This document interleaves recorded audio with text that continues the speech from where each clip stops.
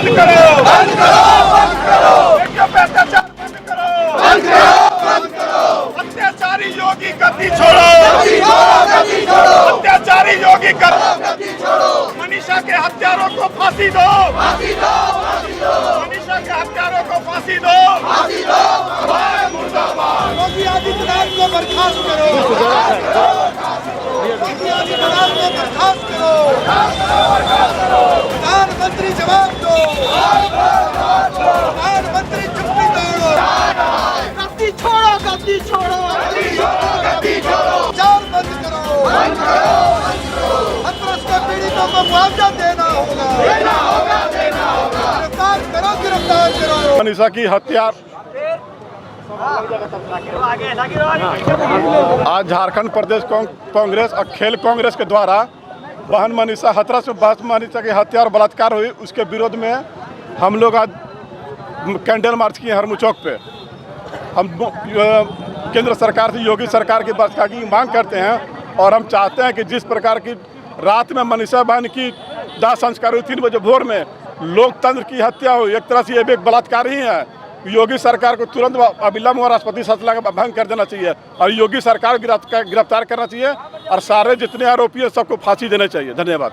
देखिए 70 वर्षों में ये कभी नहीं हुआ कि किसी लड़की के अनाचार के बाद 2:30 बजे रात में उसका दाह संस्कार किया गया बिना माता पिता की अनुमति के।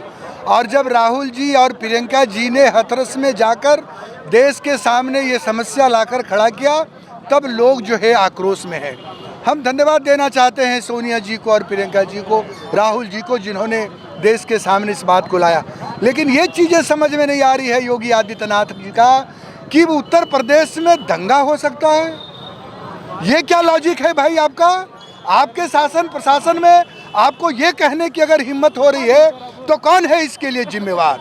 एक तरफ महिलाओं की आबरू सुरक्षित नहीं है, एक तरफ महिलाओं की अस्मिता लूटी जा रही है, दिन दहाड़े उनकी हत्याएं हो रही है और लोकतंत्र में विपक्ष की आवाज़ को दबाया जा रहा है। संसद में अगर कोई आवाज़ लगाते हैं तो उनको बाहर निकाल दिया जाता है, सड़क पर कोई आता है तो लाठियाँ चलाई जाती हैं। तो कांग्रेस ने आज़ादी के संघर्ष में बलिदान दिया है, आज फिर हम संघर्ष करने को तैयार हैं।